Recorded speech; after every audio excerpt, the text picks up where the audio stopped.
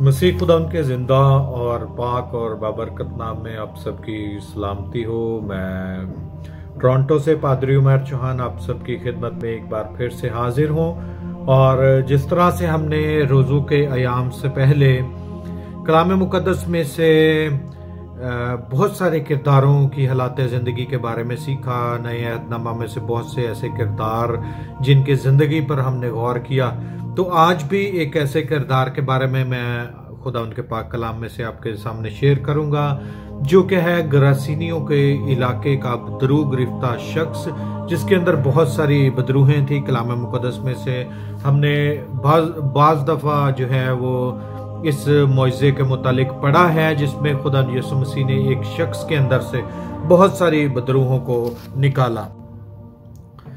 तो खुदा यीशु मसीह की खिदमत का जो एक तिहाई हिस्सा है, अगर हम देखें तो खुदा यीशु मसीह की खिदमत को हम 4 हिस्सों में डिवाइड कर सकते हैं।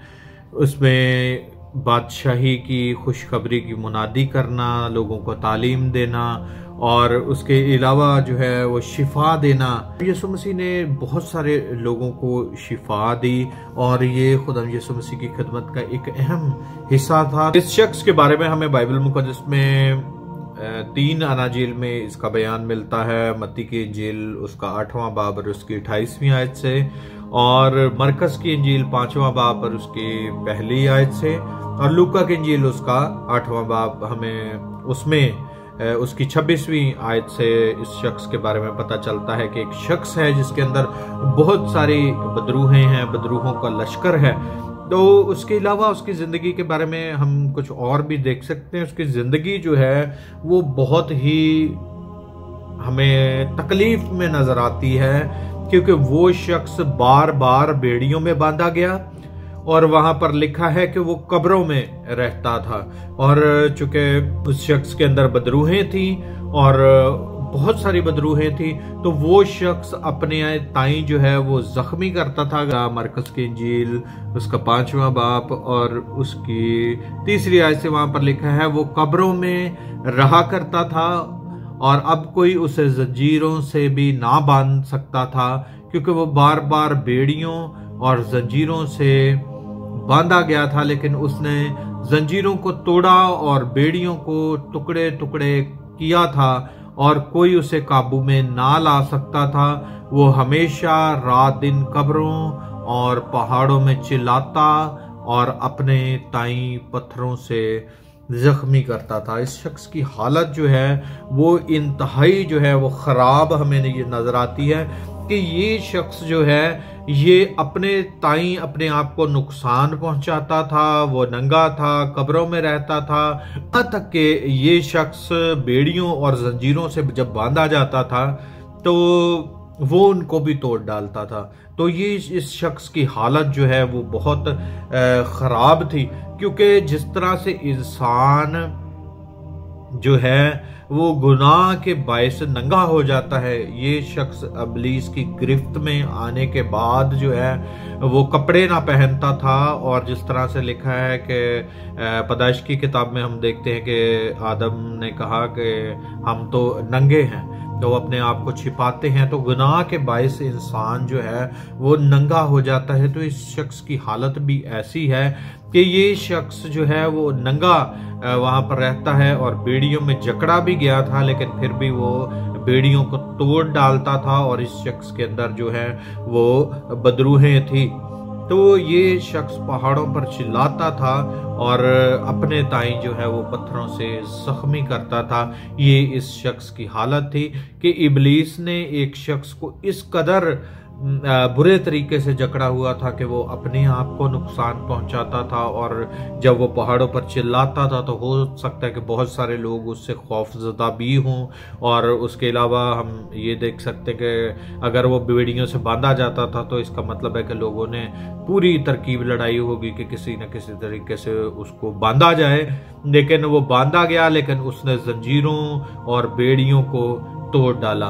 तो ये इस शख्स की हालत है जो जिसके बारे में हमें ये पता चलता है। तो इसके नाम के बारे में बाइबल मुकद्दस में हमें कुछ पता नहीं चलता कि इसका क्या नाम था, लेकिन हमें ये पता चलता है कि ये गरासीन का रहने वाला था और गरासीनियों के इलाके के बाहरी इलाके में ये शख्स जो है वो रहता था। इसके अलावा अगर हम देखें तो बाइबल मुकद्दस में बहुत सारे ऐसे लोग मौजूद हैं जिनके अंदर बदरूहें थी। एक लड़के के अंदर हम देख सकते कि उसके अंदर बदरूह थी, उसे मिर्गी का दौरा पड़ता था। उसके अलावा 18 बरस से एक कुबड़ी औरत थी।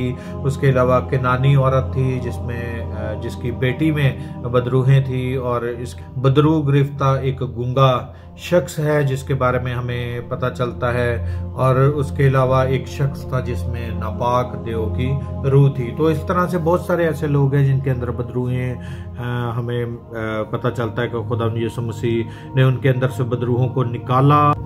और अगर इस शख्स की जिंदगी के बारे में देखें तो चूंकि बाइबल मुकद्दस हमें ये बयान करती है कि ईमान तो शयातीन भी रखते हैं और थरथराते और कांपते हैं। और जो इबलीस और जो बदरूहों का लश्कर इस शख्स के अंदर मौजूद था, उसने एक बड़ी खुलासा हमारे सामने किया। ना सिर्फ इस मौजज़े का जिक्र बाइबल मुकद्दस में मौजूद है, उसके साथ बदरुआ ने भी, तमाम बदरूहों ने भी इस बारे में इकरार किया कि यहाँ पर आयत आपके सामने पढ़ूंगा, लिखा है, ऐ यीशु खुदा ताला के फर्जंद तुझे मुझसे क्या काम।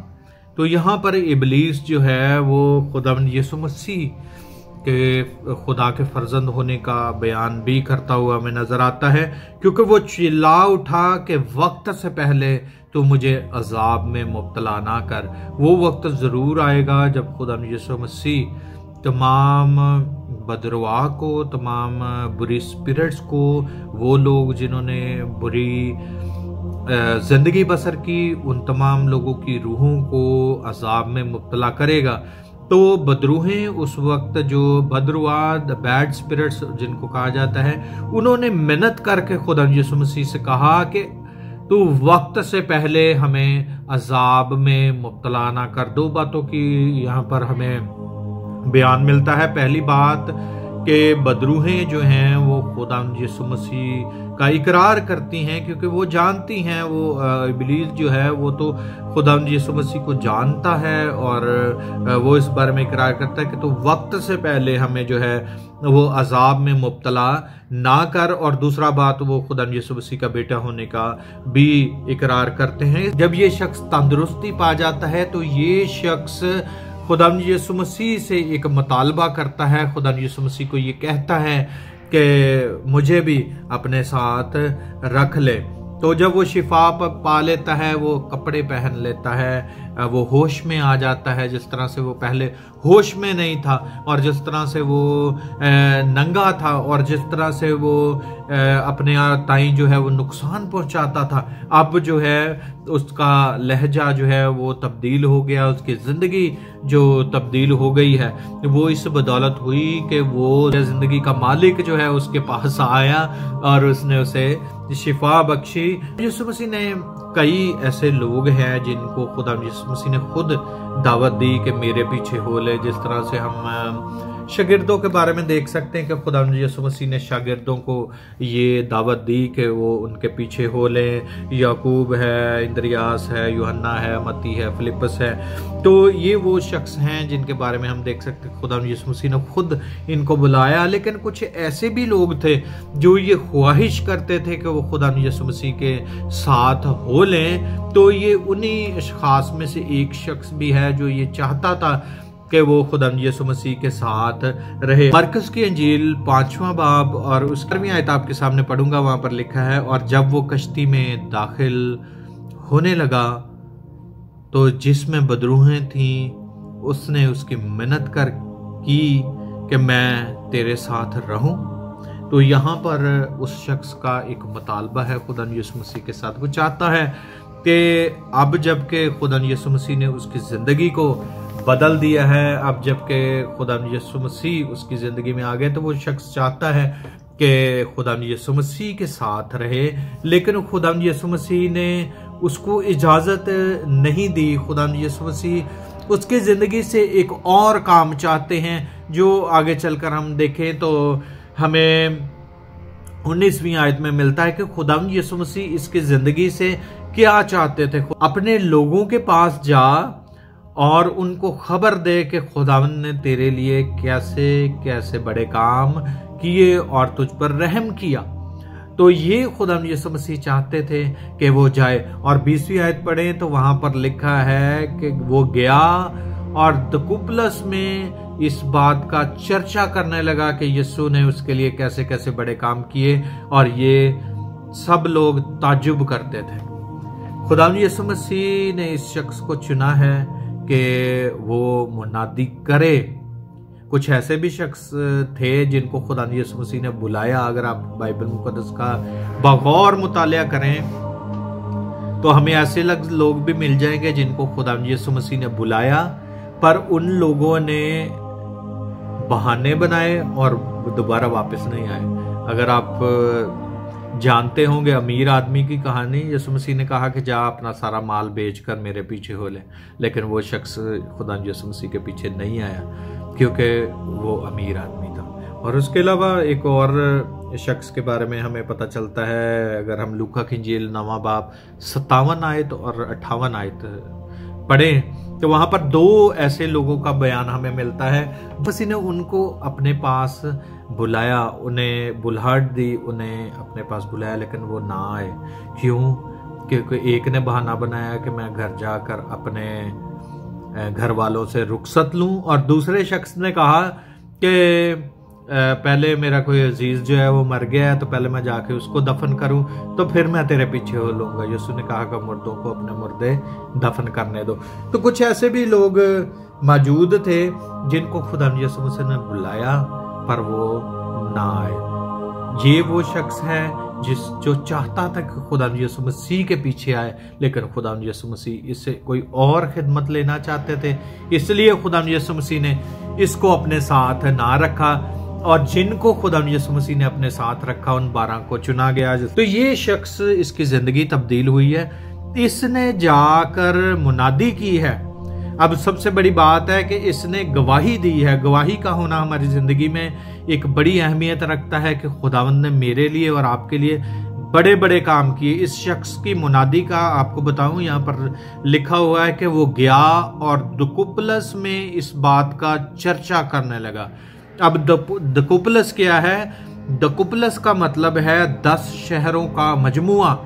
तो इस शख्स ने 10 शहरों में मुनादी की और वहां के लोगों को ये बताया कि खुदावंद यीशु मसीह ने उसके लिए क्या काम किया है, और लोग इस बात को देखकर ईमान भी लाए, हैरान भी हुए, खुदावंद का नाम इज्जत और जलाल पाया। अगर हमारी जिंदगी में गुनाह है, हम अपने आप को नंगा महसूस करते हैं, अगर हमारी जिंदगी में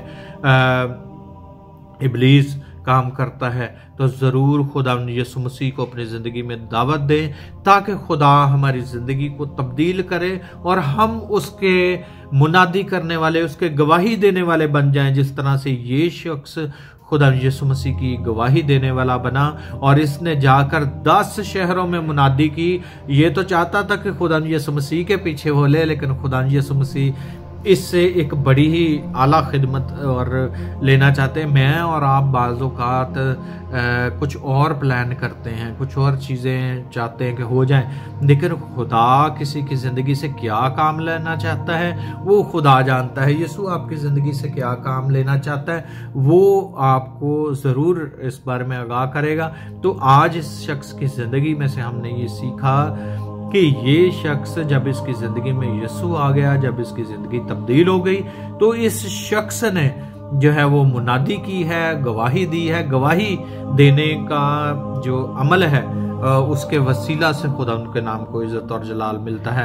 तो खुदावंद आज के कलाम के वसीला से मुझे और आपको बरकत दे। इसी तरह से नए अहदनामा के मुख्तलिफ किरदारों पर गौर करते रहेंगे। जो लोग आज की वीडियो देख रहे हैं, अगर आपके कुछ फ्रेंड्स हैं तो उनको शेयर करें ताकि खुदा का कलाम और ज़्यादा फैले और हम सीखते रहेंगे कलाम मुक़द्दस में से नई नई बातें जो शायद आपने ना सुनी हो। अगर आप नए मसीही हैं तो ये आपके लिए बहुत इंपॉर्टेंट है कि चीज़ों को आसानी के साथ सीखें। और मैं नए अहदनामा में से आपके लिए किरदारों को बयान करता रहूँगा ताकि आपको नया अहदनामा अच्छे तरीके से समझ में आ जाए। तो खुदावंद आज के कलाम के वसीला से आपको बरकत दे। सो आज के लिए खुदा हाफिज़।